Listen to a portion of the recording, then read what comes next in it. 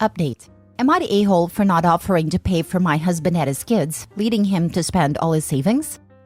Original post. For a while now, my husband John has been getting more and more angry over little things, and generally moody and distant. I'd finally had enough and approached him about separation. This conversation led to a big blowout and him revealing the state of his finances. My husband and I have always kept our finances separate. Also, although we called each other husband and wife and had a wedding, we are not actually legally married. This was primarily for inheritance purposes, because we each have older children from previous relationships. Anyway, John revealed that he had basically no savings left. That all the money he had saved for retirement and for his kids' schooling was gone.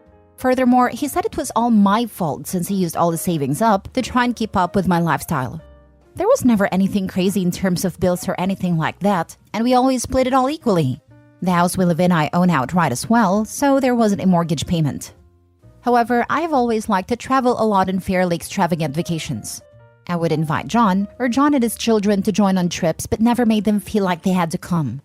That said, he was expected to pay for himself and for his kids. And except for recently, he accepted every invitation. I would also give my kids things he considered extravagant but I considered normal, so he felt like he had to give similar things to his own kids. John said with all the spending to keep up, his savings dwindled very fast. I expressed that I couldn't understand how or why he would spend all he had when he knew he couldn't afford it. He said it was like keeping up with the Joneses, only worse, because it was at home so he couldn't block it out. John thinks since I knew his job, I should have had a basic understanding of his finances and realizes this wasn't a lifestyle he could maintain. That the kind thing would have been to offer to pay for the trips and other things, instead of dangle them in front of his and his kids' faces. Looking back, I probably could have realized that the spending didn't make sense for his salary, but I wasn't thinking about it.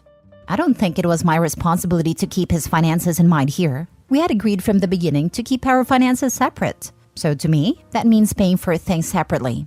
Edit. We do not live in a state with common law marriage. Now for the top comments before reading the update. Not the a-hole.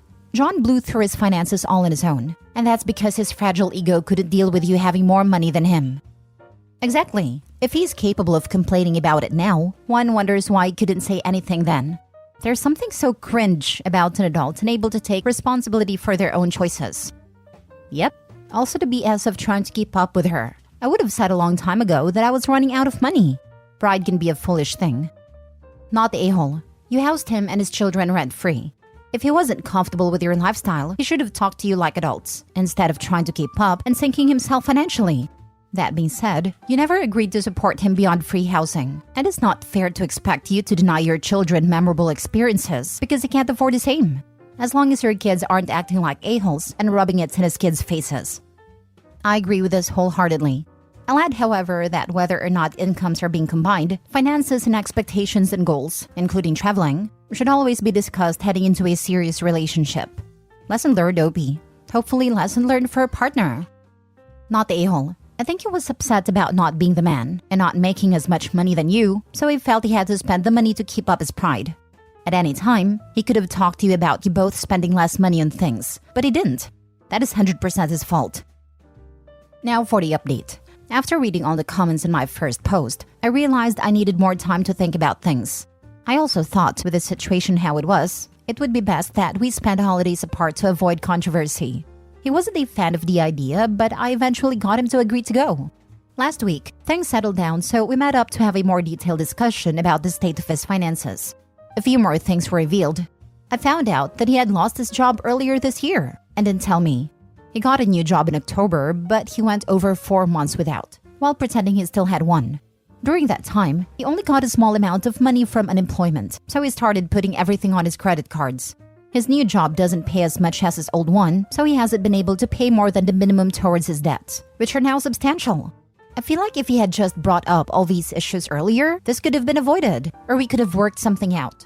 Now I really just feel like I can't trust him. I can't trust him with money, and I can't trust him not to hide things from me. I just can't see going back and trying to make things work with him at this point.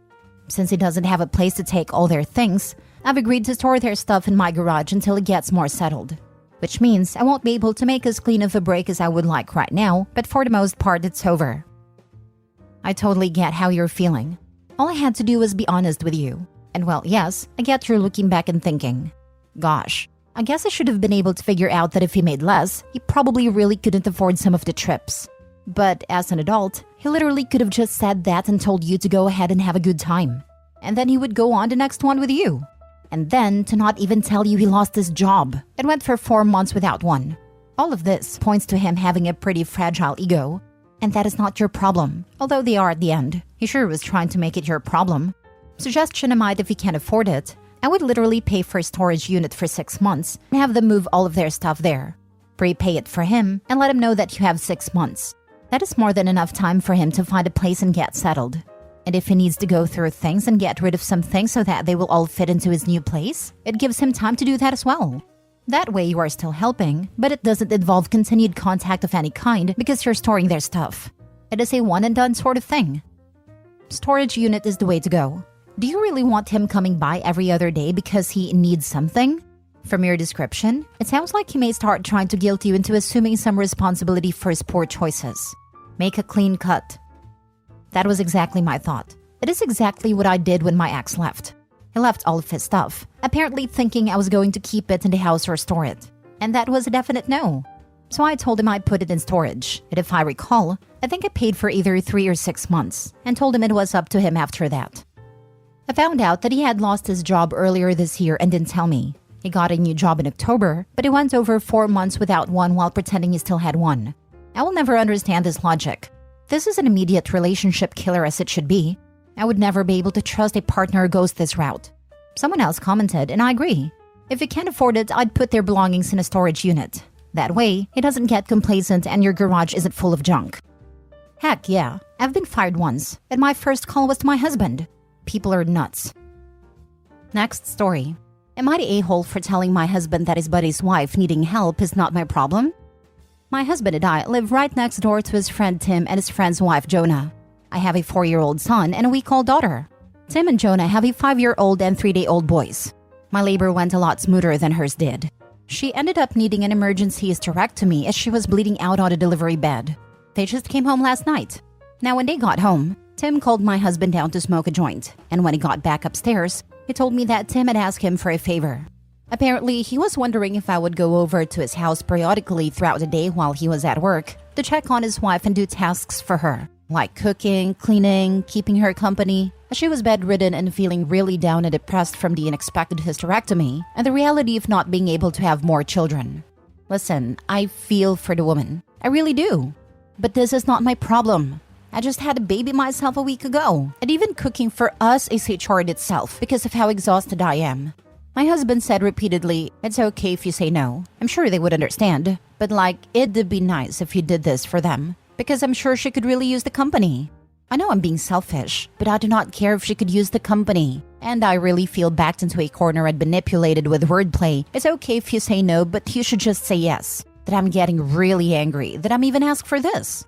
I asked my husband why him or his buddy would immediately think I would be available to do this, considering I just had my own baby and I'm also taking care of our 4-year-old. He said, I understand that, but you're already up and doing things and she can't even do that because she's bedridden. So she can't even make her kid food or anything. Anyways, I told him no. I told him I had a bad taste in my mouth about them attempting to back me into a corner for a yes answer with their guilt trips, and that if she wasn't capable of doing anything, Tim needed to step it up. And either A, take time off work, or B, start meal prepping and call someone else to come into his home to do everything else. My husband and Tim work at the same job, and they were both given 4 days off when we went into labor, so he had time to try and figure this out. Instead, he just tried pawning it off to me, thinking I would say yes. My husband said that he doesn't blame me for saying no, but my attitude on it has caused tension between him and Tim, because I'm acting heartless. Am I the a-hole for not caring that Jonah needs help and telling them it's not my problem? Edited to add. Just want to add here that I have met this woman twice, for at most 15 minutes each time. My husband has only met her maybe 3 times. He only just started hanging out with Tim 4 months ago after he started working with him. Their friendship just grew super quickly because we coincidentally moved right beside them a month after they met.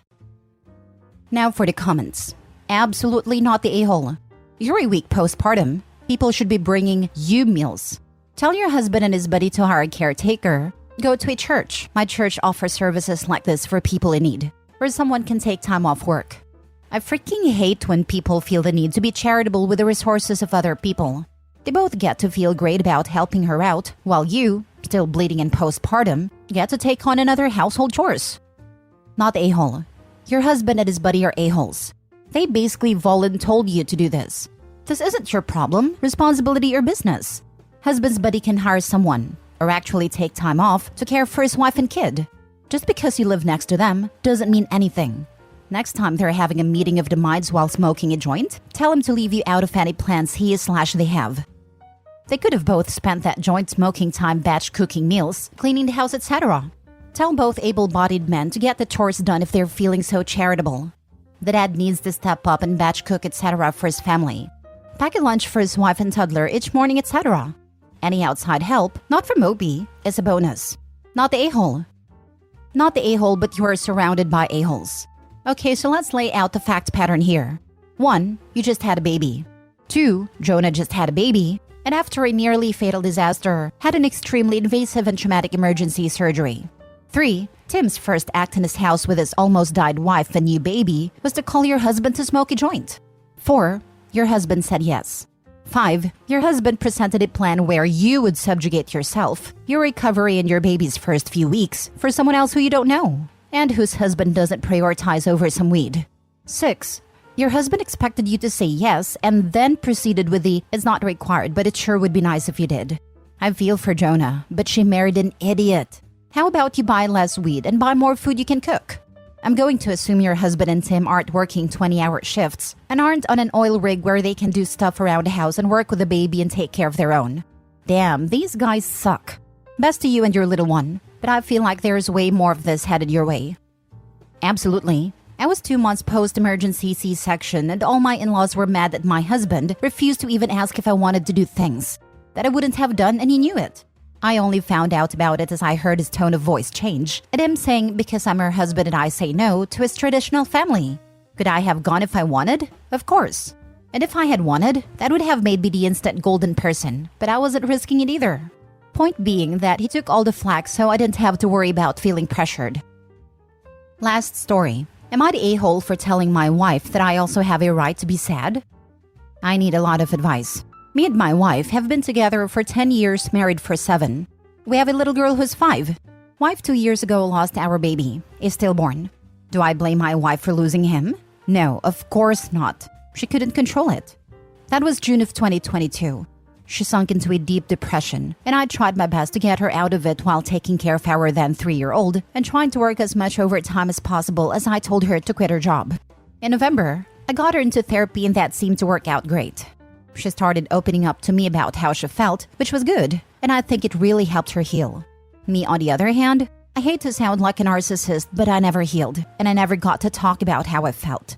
Because she said I shouldn't feel sad because I didn't lose the baby. So I just stopped talking to her about me altogether and just listened to her. So now 2 years later, I'm not a drunk, but I do drink a good bit all considering. My wife is still stay at home and is looking to get a job so I won't have to work 14 hours anymore. She also wants to try again for a new baby, and I told her no, that we are not going to try again at the moment. She asked why, and I said, "You are healed from the death of our baby, I am not." She got mad and said that I shouldn't be sad because I didn't carry him and have to push out a stillborn. I just kinda said okay and went to get a drink. She had thrown out my alcohol. I told her we all grieve in different ways, and I'm grieving by drinking, so she should not have thrown out my drink. She still couldn't understand why I was grieving, and I just told her I have a right to be sad as well. She still couldn't understand it. So I pointed out who was there for her, and she couldn't understand it. So I just left the house.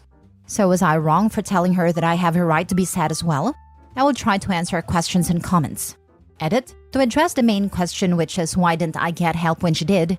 She was going to therapy every day, which adds up. So for me, money was tight and was not enough to get us both therapy. Nor did I have time to either. And well, you had money for alcohol, yeah, because that may only be $20 to $50, and a lot of it we already had in the house. We got it for gifts, and she used to host a lot. Not the a-hole. She should not tell you how you should feel. You lost a child as well, and are allowed to grieve too. But dealing with your grief by drinking alcohol will only make things worse. You should also seek therapy. She needs to talk to her therapist about her feelings, about you shouldn't be feeling sad. I'm sure they can change her views on that. I'm sorry for your loss. Just wanted to add that hospitals and OBs generally have info/recommendations for support groups and specialized grief counselors for both parents. OP should reach out to their hospital or his wife's OB and ask for a recommendation. One of my friends had a stillborn baby, and her husband went to a support group and found it a better fit for him than individual therapy. It also sounds like they could use some family counseling as well, since the wife seems to think that he has no right to his grief. Not the a-hole. That child was both of yours. And her point of view that her hardship was worse than yours, therefore yours doesn't matter, is extremely flawed. You are a family and should stick together. For example, my mom, brother, sister, and I all suffered domestic violence at the hands of my father. Now, the amount of abuse and the kind of abuse we experienced was different, but that doesn't mean that anyone's pain isn't valid. My mom doesn't tell me that I don't have a right to be sad when my father was way meaner to her, and I don't tell my little sister that she should be over it because my pain is more valid. We are a family, and we're all there for each other when things get tough.